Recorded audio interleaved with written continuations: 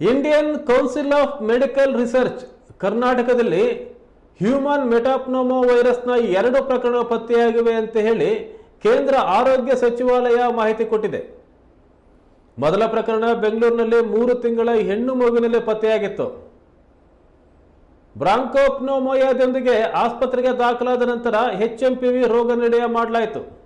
ಸಚಿವಾಲಯದ ಮಾಹಿತಿ ಪ್ರಕಾರ ಆಕೆಯನ್ನು ಡಿಸ್ಚಾರ್ಜ್ ಮಾಡಲಾಗಿದೆ. ಎರಡನೇ ಪ್ರಕರಣ 8 ತಿಂಗಳ ಗಂಡು ಮಗುವಿನಲ್ಲಿ ಪತ್ತೆಯಾಗಿದೆ. ಪ್ರಸ್ತುತ ಬೆಂಗಳೂರಿನ ಖಾಸಗಿ ಆಸ್ಪತ್ರೆಯಲ್ಲಿ ಚಿಕಿತ್ಸೆ ಪಡೆಯುತ್ತಿದೆ. 2 ಶಿಶುಗಳಿಗೆ ಯಾವುದೇ ಅಂತಾರಾಷ್ಟ್ರೀಯ ಪ್ರಯಾಣದ ಇತಿಹಾಸವಿಲ್ಲ. ಆದರೂ HMPV ವೈರಸ್ ಅನ್ನೋದು ದೃಢಪಟ್ಟಿದೆ. ಕೇಂದ್ರ ಆರೋಗ್ಯ ಸಚಿವಾಲಯವು ಕರ್ನಾಟಕದಲ್ಲಿ 2 HMPV ಪ್ರಕರಣಗಳನ್ನು ದೃಢಪಡಿಸಿದ ಕೆಲವೇ ಗಂಟೆಗಳ ನಂತರ ಗುಜರಾತ್ನಲ್ಲಿ ಮತ್ತೊಂದು ಪ್ರಕರಣ ವರದಿಯಾಗಿದೆ.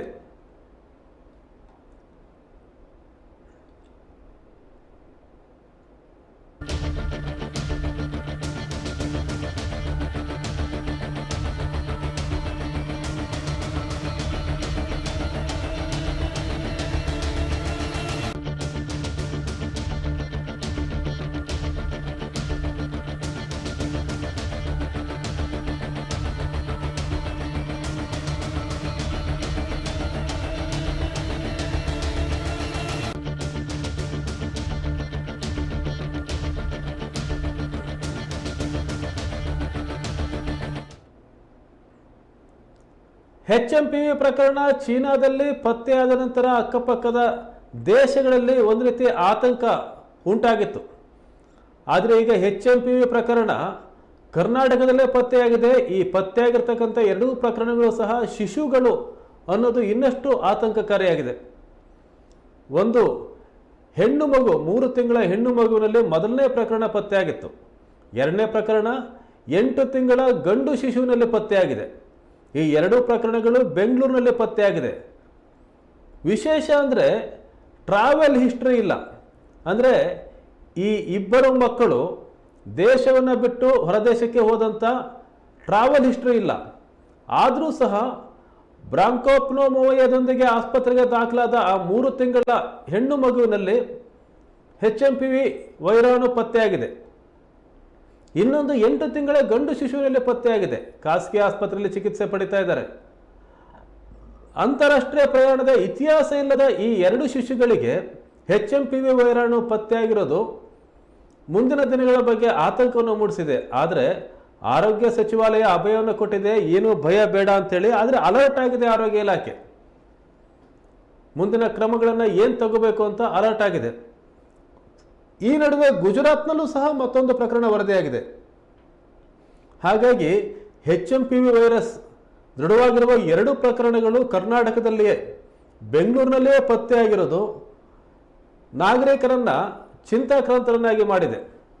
ಯಾಕಂದರೆ ಈಗಾಗಲೇ ಚೀನಾದಲ್ಲಿ ಪ್ರೋಟೋಕಾಲ್ ಶುರುವಾಗಿದೆ.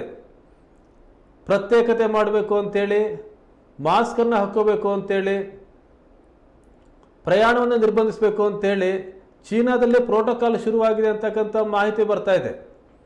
ಈಗ ಭಾರತದಲ್ಲಿ ಪತ್ತೆಯಾಗಿದೆ. ಕರ್ನಾಟಕದಲ್ಲಿ 2, ಗುಜರಾತ್ನಲ್ಲಿ 1 ಪ್ರಕರಣ.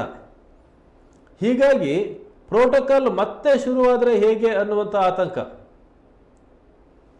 ಆದರೆ ಡಾಕ್ಟರ್ ಶ್ರೀನಿವಾಸ ಕಕ್ಕಿಲಾಯ ಹೇಳ್ತಾರೆ, ಫ್ಲೂ ವೈರಸ್ಗೂ ಮತ್ತು ಈ HMPV ವೈರಸ್ಗೂ ಏನು ವ್ಯತ್ಯಾಸ ಇಲ್ಲ, ಆತಂಕ ಬೇಡ. ಇದೊಂದು ಜ್ವರ ಬರಿಸುವಂತಹ ಒಂದು ವೈರಾಣು. ಜ್ವರ ಬರುತ್ತೆ, ಕೆಮ್ಮು ಬರುತ್ತೆ, ಶೀತ ಬರುತ್ತೆ, ವಾಂತಿ ಬರುತ್ತೆ.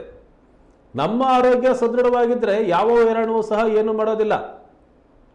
ನಮ್ಮ ಆರೋಗ್ಯ ಸರಿ ಇಲ್ಲ ಅಂದರೆ ಯಾವುದೇ ವೈರಾಣು, ಅದು HMPV ಆಗಬೇಕು ಅಂತಿಲ್ಲ, ಕರೋನಾ ಆಗಬೇಕು ಅಂತ ಇಲ್ಲ, ಫ್ಲೂ ಆಗಬೇಕು ಅಂತ ಇಲ್ಲ, ಯಾವುದೇ ವೈರಾಣು ನಮಗೆ ರೋಗವನ್ನು ತಡೆಯುವಂತಹ, ನಿರ್ವಹಿಸುವಂತಹ ಸಾಮರ್ಥ್ಯ ಇಲ್ಲ ಅಂತಂದರೆ ಯಾವ ದೇಹವಾದರೂ ಸಹ ಯಾವುದೇ ವೈರಾಣುಗೆ ಯಾವುದೇ ಪರಿಣಾಮವನ್ನು ಬೀರಬಹುದು.